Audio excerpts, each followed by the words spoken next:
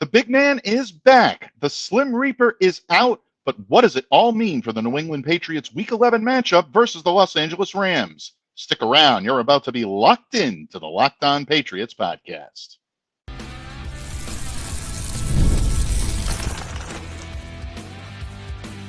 You are Locked On Patriots, your daily New England Patriots podcast. Part of the Locked On Podcast Network, your team every day. Hello to all of you Foxborough faithful, and thank you once again for making Locked On Patriots a daily part of your New England Patriots coverage. I'm your host, Mike Debate. I cover your New England Patriots for Patriots Country. Reach out to me. Let me know what's on your mind on X at MDABATENFL. You can also follow our Locked On Patriots X account at LO_Patriots. And for those of you that are seeking blue skies, yours truly now on Blue Sky Social. You can find me at MDABATENFL.bsky.social. And of course, today's episode is brought to you in part by FanDuel. You can start the season with a big return on FanDuel. New customers can place a $5 bet, and you'll get started with $150 in bonus bets if you win your first $5 bet. Visit FanDuel.com today to get started. Pats fans, your New England Patriots are less than 24 hours from kicking off their Week 11 matchup with the LA Rams. 1 p.m. kickoff, 10 a.m. on the Pacific Coast from Gillette Stadium in Foxborough, Massachusetts. And while a pretty good quarterback duel could be brewing between the Pats' Drake May and the Rams' Matthew Stafford, the big story of the weekend is a big return for your New England Patriots. And by big, I'm talking 6'5", 315-pound big. That's right, the Pats have indeed activated defensive tackle Christian Barmore from the non-football illness list. That indicates that he will be available to play on Sunday. According to multiple reports out there, he is expected to play on Sunday. All this despite not practicing on Friday. He was listed on Friday's injury report as having a non-football injury-related designation. There has been precedent in the past for that to be a precursor to a player's activation. Exactly what happened here for Christian Barmore. And it's been a long road back to the gridiron for Christian. Don't forget, he began this year by signing a 4-year, $92 million extension with the club back in April, but he has not seen the field yet for the Patriots this season. Back in July, he was scarily diagnosed with blood clots. He immediately went to injured reserve and remained there until his practice window opened earlier this week, and he was designated to return to the field. Now he's been given a clean bill of health, and because of that, he is expected to make his season debut on Sunday. Folks, this is an amazing story. It's great news for the New England Patriots, but if we're really being honest, I'm really most happy for Christian and happy for his family.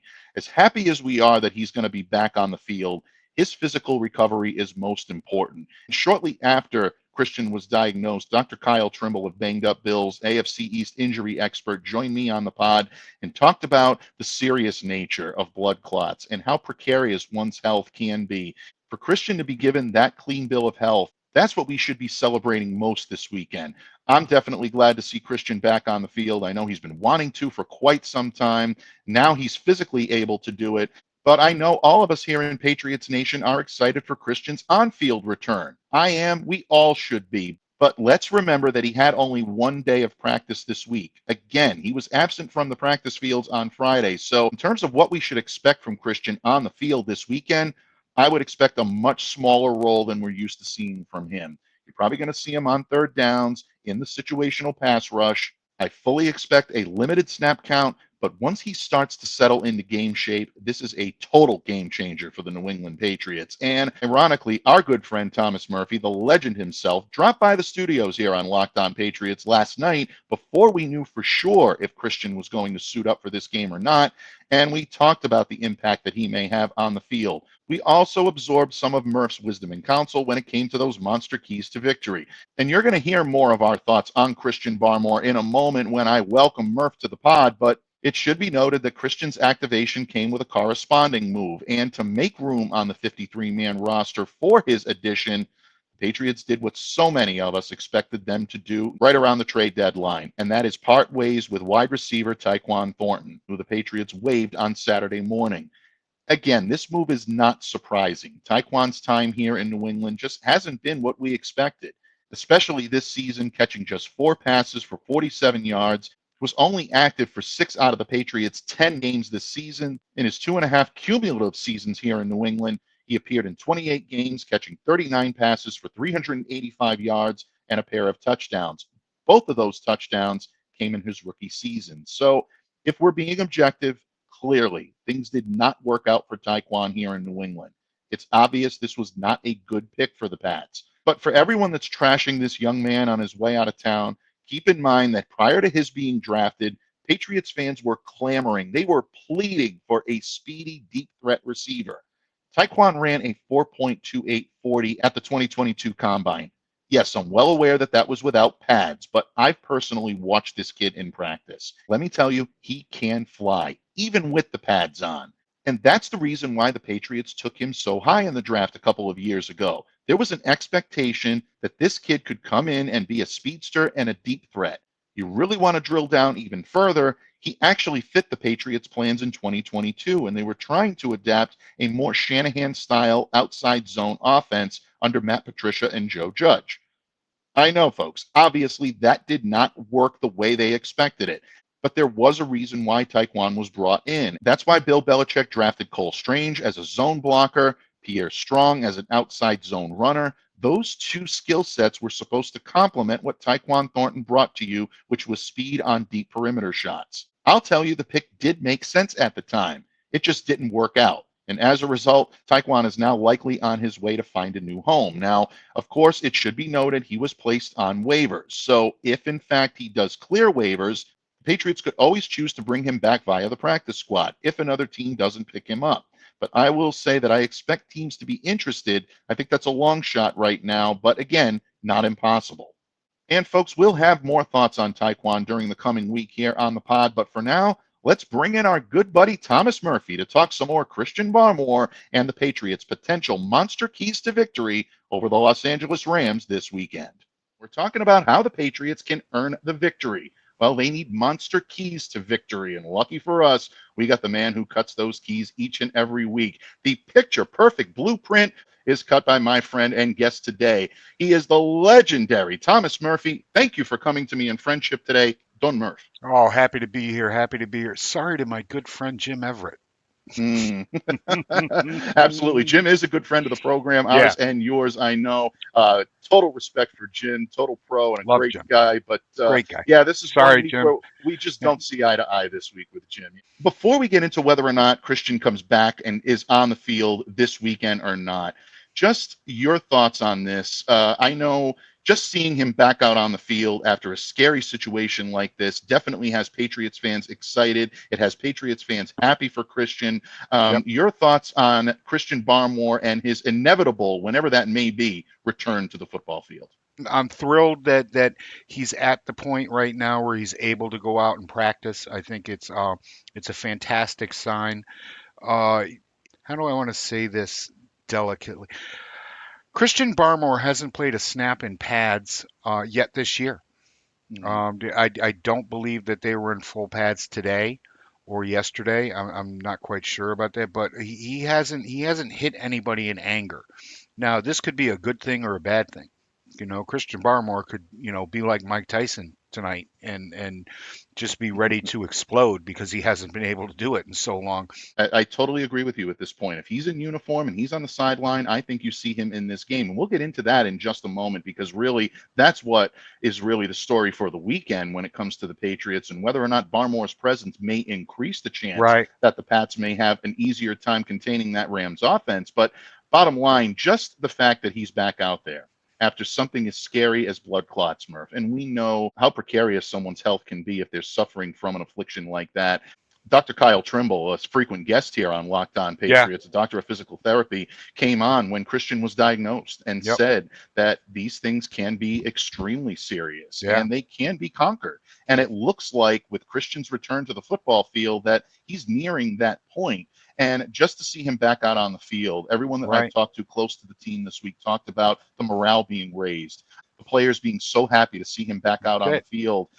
Just from a personal standpoint, I think there's a lift in this locker room that comes with getting a player of Christian's ability back. Now, that leads me quite nicely into the prowess that he's going to bring to the table because, Murph, I've been vocal on this podcast for the past few years about how vital Christian Barmore is to this Yeah. defense, especially when you're talking about the pass rush. Because this is a guy that knows how to take on the double team. He does it professionally. It's what he does. And whether he's freeing guys like Joshua Uche or Matthew Judon, who are both no longer in New England, or whether or not he's going to be doing it for Keon White or the newly acquired Yannick Ngakoue, this is going to make the pass rush a little bit easier for those gentlemen. Dietrich Wise Jr. as someone that's going to benefit from this as well. So if in fact Christian does return to the field this weekend, what does this do to the Patriots offense? Does it factor into your monster keys to victory on defense, bud? No, not really. It makes them stronger. It makes those keys cut a little bit deeper. And it's going to be the same game plan, but when you add somebody of Barmore's immense talent, and he's an immense man. And if you ever stood next to him, he's an immense man. Um, it's going to make life easier for everybody. The issues that we've seen with um, getting to the quarterback and translating pressure into sacks and lost yardage is going to be something that that we haven't been able to see all season long. Also, this translates to the run defense in a great way. Um, when you have somebody of Barmore's strength and talent taking up that much room, it really limits an opponent's ability to run the football effectively. They can still try to do it, but they're not going to do it quite as well. We've said all year long that, well, if Barmore was healthy, things would be better.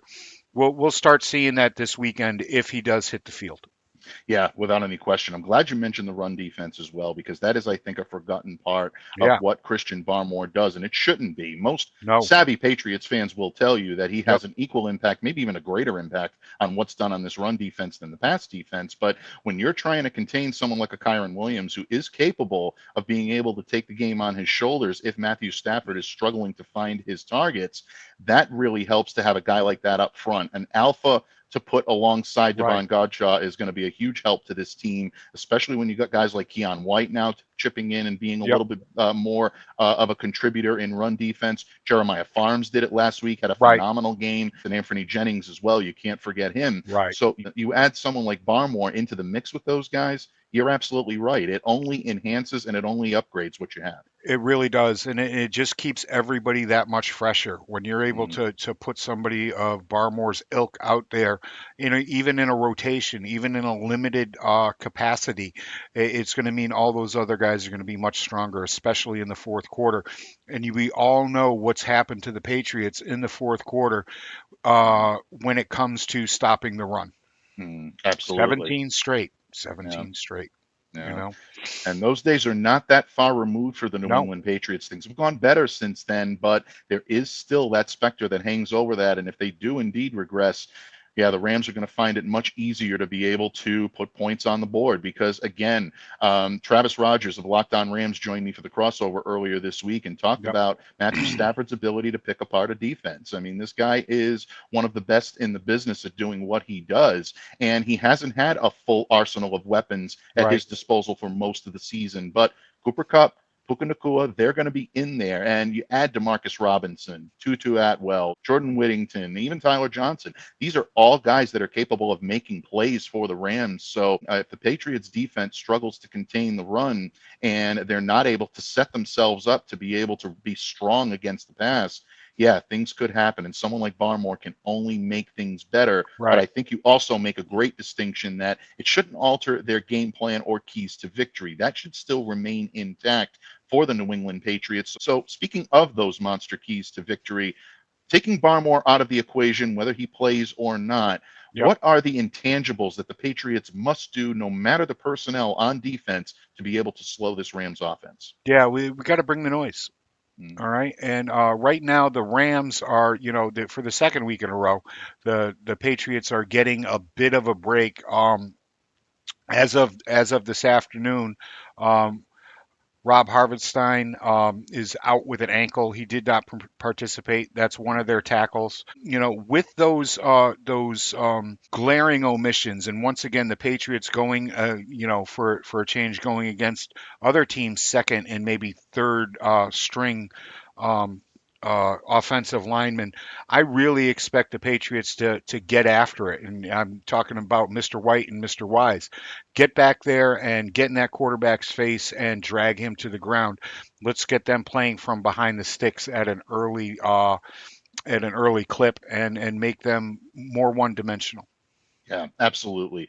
When you talk about getting after it, you're 100% right. As much as I'm throwing bouquets at the feet of Matthew Stafford, who is a quarterback that I admire very much, he's 36 years old. Murph does Yep. not move around as well as No. he used to.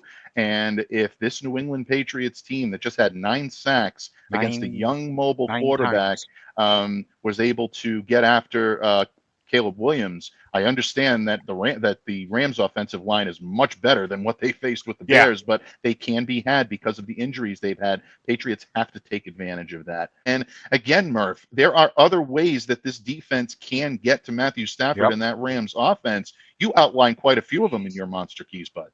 Yeah, I tried to anyway, and I hope they work out. I want to see no shell games this year. Okay, this week. Mm, Cover one is the shell and the gun, and we're going to go with it. This is not your, I don't want to say your dad's, but your older brother's Rams offense. It's slower and not quite as sexy as it has been in seasons past.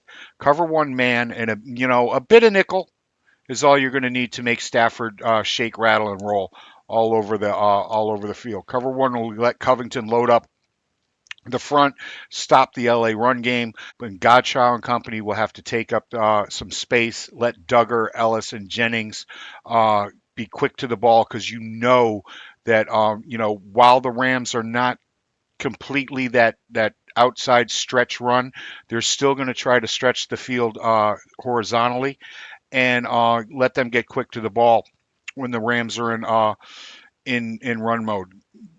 Gonzo can handle the X, bracket Nakua, and use leverage to take away the middle of the field. We want to force Stafford outside the numbers.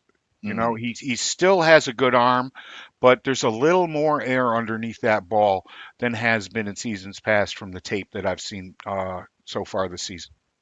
Absolutely. And in terms of being able to get the ball quickly to your targets, this Rams defense, folks, has been a little bit porous when it comes to defending the pass. A Yep. young defense, a Yep. talented defense, but hasn't been able to put it all together yet. Can the Patriots catch them while reeling? Or are they going to have to rely on the run once again to be able to spark this offense and take this Rams defense out of its game? Murph has monster keys on offense for the Patriots to earn the victory, and he's going to share those with you in just a moment when this episode of the Locked On Patriots podcast continues, a proud part of the Locked On Podcast Network, your team every day. Locked On listeners, with big wireless providers, what you see is never what you get. Somewhere between the store and your first month's bill, the price you thought you were paying magically skyrockets. Well, with Mint Mobile, you'll never have to worry about gotchas ever again. When Mint Mobile says $15 a month when you purchase a 3-month plan, they mean it. So say bye-bye to your overpriced wireless plans, jaw-dropping monthly bills, and unexpected overages.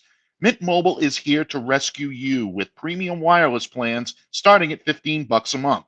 All plans come with high-speed data and unlimited talk and text delivered on the nation's largest 5G network. Use your own phone with any Mint Mobile plan and bring your phone number along with all of your existing contacts. Ditch overpriced wireless with Mint Mobile's deal and get 3 months of premium wireless service for $15 a month. To get this new customer offer and your new 3-month premium wireless plan for just $15 a month, go to mintmobile.com/lockedonnfl. That's mintmobile.com/lockedonnfl. Cut your wireless bill to $15 a month at mintmobile.com/lockedonnfl. $45 upfront payment required, equivalent to $15 a month. New customers on first 3-month plan only. Speed slower above 40 gigabyte on unlimited plan. Additional taxes and fees and restrictions apply. See Mint Mobile for details. Locked On listeners, get ready to tackle NFL action with FanDuel, America's #1 sportsbook. Because right now, new customers can bet $5 and get $150 in bonus bets if you win. The FanDuel Sportsbook app gives you everything you need to place live bets on the NFL all in one place. So when you get a hunch in the middle of the game, you can check out the latest stats, view live play-by-play, and so much more on the same page where you place your bets. Let your New England fandom work for you by visiting fanduel.com to join today. You'll get started with $150 in bonus bets if you win with your first $5 bet. That's fanduel.com. Never waste a hunch and make every moment more with FanDuel, an official sportsbook partner of the NFL. Patriots fans, once again, thank you for joining us here today on Locked On Patriots. And for those of you, all of you everydayers out there that continue to make Locked On Patriots your first listen each and every day, a major tip of the cap and a huge thank you to all of you. And again, if you're making us your first listen today, please make your second listen our good friends over at Locked On NFL. Just like Locked On Patriots, Locked On NFL is free and available on all platforms and a proud part of the Locked On Podcast Network, your team every day. And folks, speaking of your team, we're getting you ready for a 1 p.m. kickoff Sunday afternoon from Gillette Stadium in Foxborough. New England Patriots hosting the Los Angeles Rams. If it's Friday, we're talking monster keys to victory. And we always are honored and humbled by the fact that the man that cuts those very keys each and every week joins us here. I'm talking about the legend himself, my good friend, Thomas Murphy. Murph, in the previous segment, we talked about the potential return of Christian Barmore. Yep. We talked about the Patriots' defense and what they need to do to contain Kyren Williams, Matthew Stafford, and that Rams offense. But if they're going to win, they got to put points on the board. That means the running game and Drake May need to be at the top of their game. But once again, you see things us mere mortals don't usually see. When you delve into your bag of offensive keys, Don Murph, what are the most poignant offensive keys for the New England Patriots to earn the victory this weekend? Setting up the run to set up the pass. Okay, in weeks past, I've been talking about using the pass to set up the run. No, this week I really want to see the Patriots establish themselves on the ground.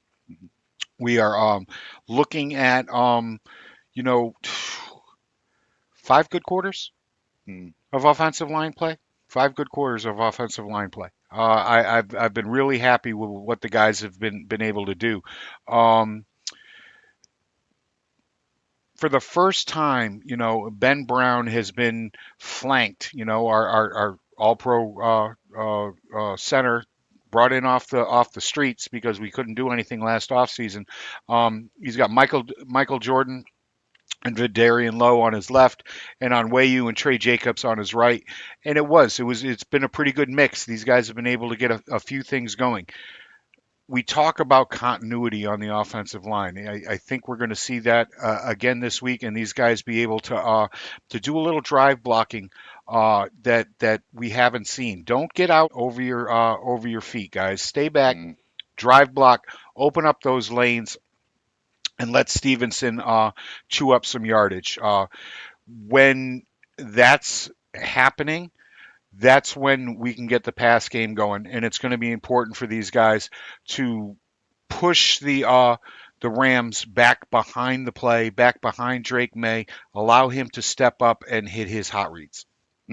Very, very good point. And speaking of those hot reads, and speaking of Drake May moving the ball through the air, if the Patriots are successful in using Ramondre Stevenson and Antonio Gibson in that running game, that outside zone run to facilitate the Patriots passing game and play action, this Rams defense can generate pressure in waves. Oh, yeah. Guys like Byron Young, Kobe Turner, Michael Heck, they're up front. They're able to do the job. Jared Verse and Brendan Fisk for rookies. These guys are absolutely formidable. The Rams have done well restocking this defensive line, this defensive grouping over the past 2 years. They've had some very good drafts. Yeah, exactly. And you know that they're capable of making things difficult for opposing quarterbacks. We know that Drake May has had some erratic play at times. There have been difficulties with turnovers and things of that nature. But when he is locked in and he's moved on from the few mistakes that he has made on the field, he can be very good at rebounding and getting the ball to where it That's needs it. to go. In your estimation, how important is it for Drake's supporting cast to show up? Because I think we're at the point where we know our quarterback's coming to play every game. Oh, it's huge. It's huge. But these guys have got to get out there and make their cuts when they're supposed to. They've got to be in the right spots. Mm, Drake will throw them open. Okay, if you're there, if you're where you're supposed to be, mm, Drake will throw you open. And I think Kendrick Bourne being on the field this week a little bit more will definitely help that. Bourne is a fantastic route runner. he is. Granted, over the past few weeks, he's had some difficulties. Mm, There's been a little bit of a not dialed in portion to his game. A couple of penalties that are on him. He fell down in one game. And that's not good. But in a lot with Drake behind center, and when things do break down, his ability to move the pocket, get outside, or extend plays, and then make a play. As you know, I'm not a huge fan of him running too many RPOs. That's not what I think is going to be most successful for him. But mm, it's being able to read the open man when he has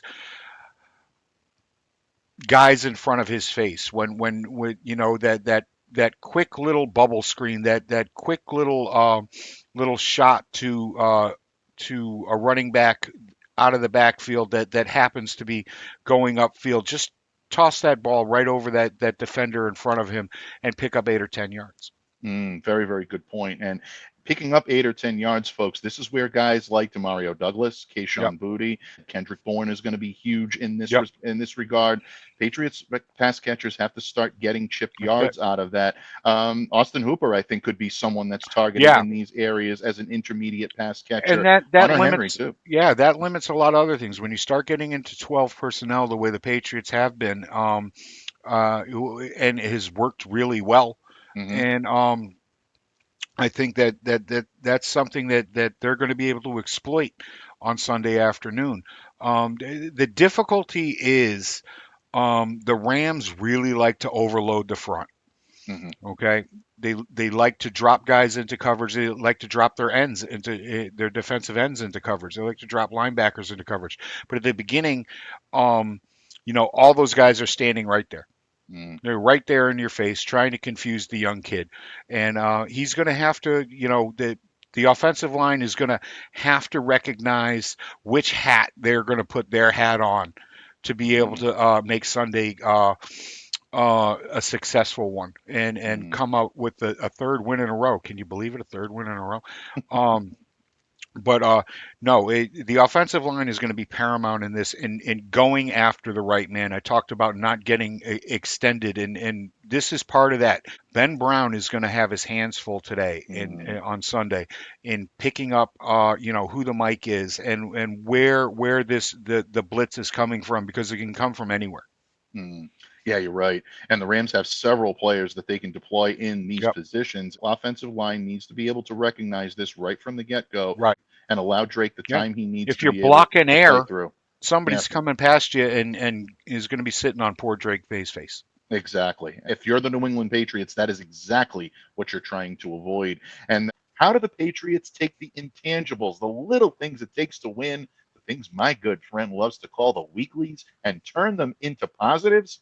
Murph is going to provide you with those monster keys in just a moment before I put him on the hot seat and make him predict this final score. Our discussion of Pats Rams wraps up in just a moment when this episode of the Locked On Patriots podcast continues, a proud part of the Locked On Podcast Network, your team every day. Locked On listeners, time is our most precious commodity, so don't waste it scrolling through the same mind-numbing content for hours and hours. How can you spend it wisely to improve yourself? Well, our sponsor, Hillsdale College, is offering more than 40 free, that's right, free online courses, including Constitution 101, the meaning and the history of the U.S. Constitution, Introduction to Free Market Economics, The Great American Story, A Land of Hope, and a brand new documentary style course on Marxism, socialism, and communism. And all of Hillsdale's courses are self-paced so that you can start whenever and tune in wherever.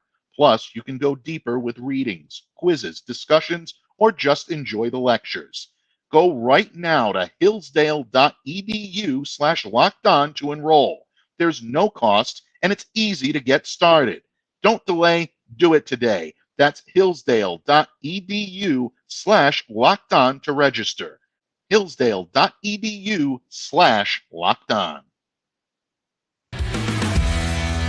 Pats fans, thank you once again for joining us here today on Locked On Patriots as we continue to preview the Patriots Week 11 matchup with the Los Angeles Rams. Once again, folks, it is a 1 p.m. kickoff at Gillette Stadium in Foxborough, Massachusetts. If you're headed up to the stadium, please drive safely. Please be careful. Please enjoy the game responsibly from start to finish, including the tailgate to the post-game tailgate until you walk through your door safely. And of course, if you're watching this game from home, we have you covered right here on Locked On Patriots. Keep it here post-game for my good friend Cam Stewart for your Patriots postcast. And Murph and I will be back here on Monday morning to break down all of the action that you saw on Sunday. But we're not quite done getting you ready for kickoff just yet, because Murph, there are still monster keys left in the bag. There are still some of those nickels and dimes you're carrying in your pocket that really are poignant in terms of the Patriots being able to earn the victory.